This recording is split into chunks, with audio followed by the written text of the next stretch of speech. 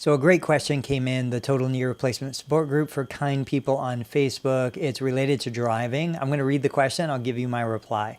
So Lori said, I know I can't drive until I'm off the pain medication, but how many weeks out was it before you were all driving if you had a right knee replacement done?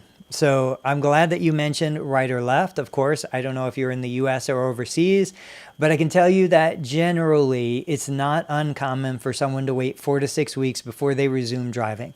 Each surgeon is going to have their own set of criteria. The most common would be, yes, you're off any narcotic pain medication that might cause you to be drowsy or confused.